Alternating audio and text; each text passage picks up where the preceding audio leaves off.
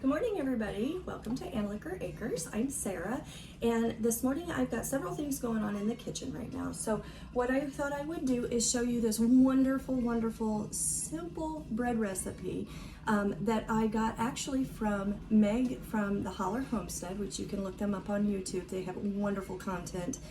She's such a great cook, but really neat family. I really like following them, but this is really the only bread recipe that I have been able to find that comes out as sandwich bread. You can use it for pizza crust, you can use it for buns, which is part of what I'm making today. We needed more bread, and we're gonna have some burgers on the grill tonight, so we needed some hamburger buns. So what I'm gonna do is I thought I'll just show you this, and hopefully you will get as much use out of it as I have. So first, what we start with is in my mixer, I am going to put 2 tablespoons of active dry yeast. Just put that down in there. And then I'm going to do 2 cups of warm water, and I just, from the tap, I let it run. You don't want it scalding hot, but you want it lukewarm so you can activate the yeast. So I'm gonna put that in there. And then to start the yeast, to give it something to feed on to grow, I'm going to add then 2 tablespoons of cane sugar. Normally I use honey, but I'm running low on honey, and my husband likes to eat that in the morning on his toast or for a snack before bed. So I'm going to use cane sugar, and I'm going to do 2 tablespoons of cane sugar. And I'm just going to give that a little bit of a stir, incorporate it in. And then I'm going to let that sit for about 10-15 minutes, and I'm going to let that yeast proof. So once I'm done with that, once it's ready, I will show you then how we do the rest of it. It's just flour, salt, and a little bit of olive oil, and it is so super simple. Alrighty, our yeast is ready. Ooh, it's nice and bloomed. I'll show you a picture of this. So that's kind of what you're looking for. I probably let it go a little longer than what we needed to, but it's nice and bloomed and ready to have the flour and everything added to it. So what I'm going to do is there's a teaspoon of salt that goes in, 2 tablespoons of oil, and then 5 cups of flour. Now the recipe that I got pulled off of Meg's channel, she uses a bit more flour, but it could be just the difference in our flours. This is the consistency that we like of our bread, using the 5 cups of flour instead of 6. So that's, I've just, I've tried different ratios, and this is the one that we like. So I've got the oil and the salt in, and now I'm going to add in my flour. And I'm just going to do it a cup at a time so it doesn't get up my nose like it did earlier and cause a sneezing fit. That's why I'm stuffy. So there's 4. Okay. Put that one in and this one. And then what I'm going to do is I'm just going to use my dough hook to mix this. And then I'm going to let it mix while I get the pans ready, or let it knead. And then we'll grease up our pans and get the buns ready, all that kind of stuff. So I'm going to go ahead and get this started and just kind of really walk away from it.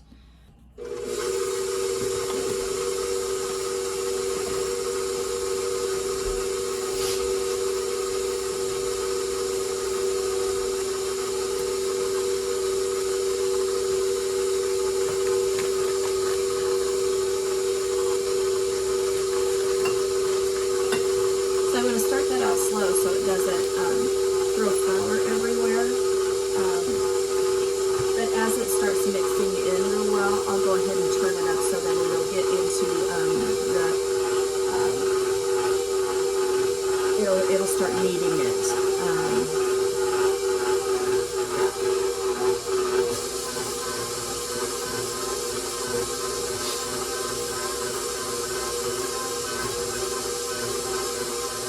So what I usually do is I don't wait, or I do wait to turn it up a bit more to knead it until all of the flour and stuff has pulled away from the sides. for my dough, and the bowl is pretty well clean.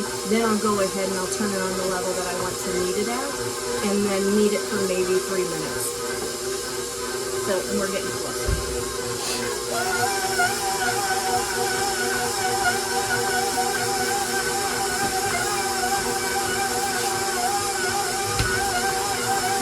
This makes a very, very good cinnamon raisin bread also. When my mom was here, we had that every morning for breakfast, and thoroughly enjoyed it. It's very simple to make. You roll it out kind of like a cinnamon roll. Cut your dough in half, and then put your cinnamon and sugar and raisins on it, roll it up, and then you can put it in your bread pan and bake it that way. It's really, really good. Turn it down just a bit, and I'm going to knead it at that speed, which on mine it's at level 2 on this KitchenAid, but I want a nice, pretty gentle knead, but I don't want it to really struggle either. So while that's kneading, I'm going to go ahead and grease the pans and get those ready, and get my other cookie sheet out for my buns that I need to make too. Okay, so it looks like it's done. It's nice and incorporated. It's not too stiff, and it's definitely not sticky.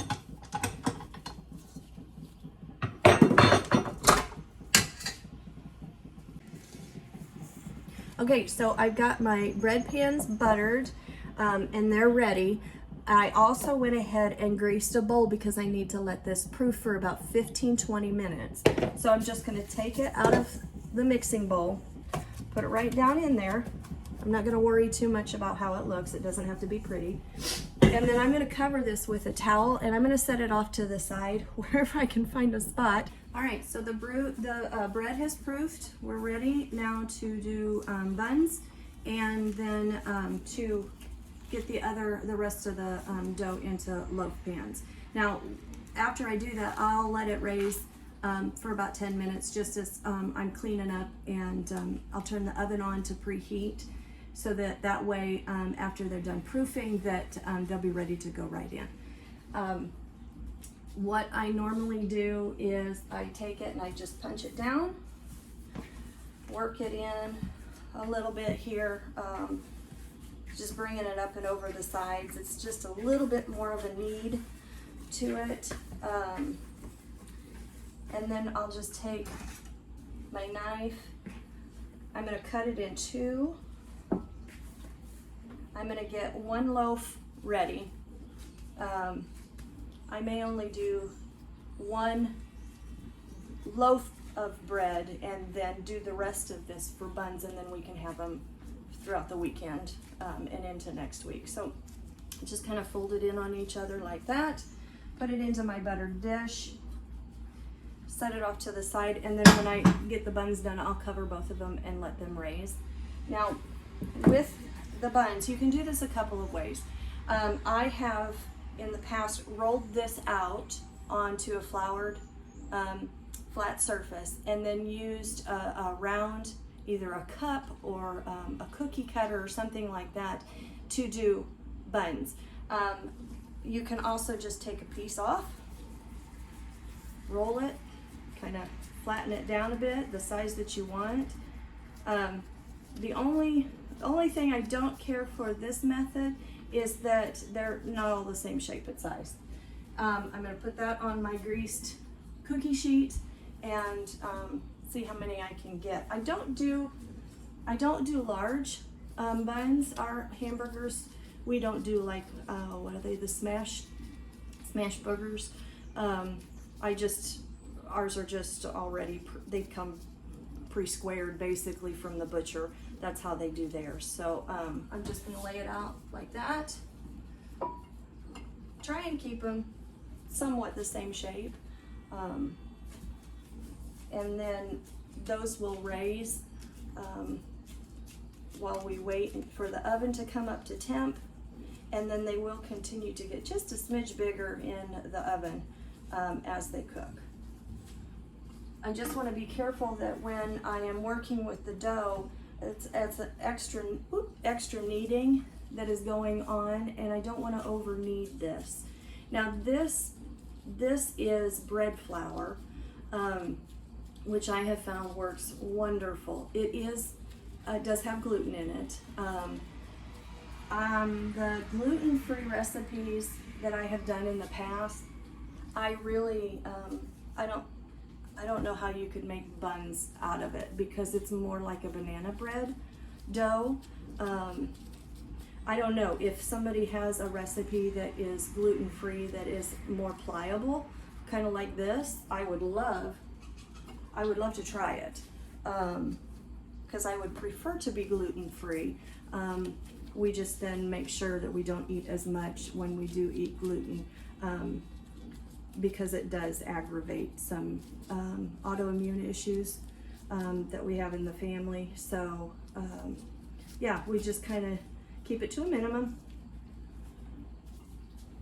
So it looks like I'm going to get quite a few, more than I had thought. Right now I've got 6. I'll probably be able to get about 10 buns out of this, and then a loaf of bread that we can have if we want toast or sandwiches. And like I said, I'm going to just let this raise while the oven is coming up to temp. I'm going to bake these at 425. I'm going to check the buns in about 10 to 12 minutes, but the bread will go for 20 to 25. And then, I mean, you'll be surprised how, I mean, it looks like bread you buy at the store already sliced and for sandwiches. So it's really a great recipe. I am so glad that Meg over there at the Holler Homestead shared it with everybody, because I've been using it ever since she did, and we just absolutely love it. And as you can tell, I mean, it's just that simple. All right, so our bread is done. We've got our buns that came out and the loaf of bread. So we are all set for the week with what we need for bread, and we'll have hamburgers tonight, and we can have sandwiches and toast throughout the rest of the week. And it was just that simple, and it is so incredibly good. So I hope you guys try it. It is definitely worth the little bit of effort that goes into it. So you can pick everything up that you need, the bread flour, the yeast, oil, salt, all of that at your local grocery store. So I will also link that recipe down below so that you have that too. You can also find it on my blog site, which is at annliquoracres.com, and we'll have different recipes there as well. So I'm going to bag these buns up because they're nice and cool now, and then let the bread cool. These baked for 12 minutes, this baked for 23 minutes. So I'll let that cool a bit before I bag it up, and we'll store it away. And next we're going to move on to some onions. I found a sale on onions, so I bought 2 bags of onions. I'm going to get those chopped up. I was intentionally going to use those for my salsa, but I don't have enough of my tomatoes ready yet to make a batch of salsa. So what I'm going to do is, so they don't go bad, I'm going to get those chopped up, and I'm going to get them in freezer bags and get them into the freezer so that when I do have enough tomatoes to make my salsa, I can go ahead and pull those out and it'll be all ready. So I'm going to work on that, and I've got then over here, I've got my peppers that are in the water bath canner, and I've got my tomatoes in the pressure canner, and then I'm going to probably get some eggs washed up and get those boiled so I can have those for hard-boiled eggs and make some egg salad for sandwiches, things like that. So this is the day in the life of the kitchen at the homestead, so I hope you enjoyed it. If you enjoy the different videos that I put out and the information, please subscribe and share with those that you think might enjoy it too. And check out my blog site over there on the website, annliquoracres.com. We would love to have you as part of our family. You can get a monthly email and keep up to date with everything that we're doing. I hope you have a wonderful and blessed day.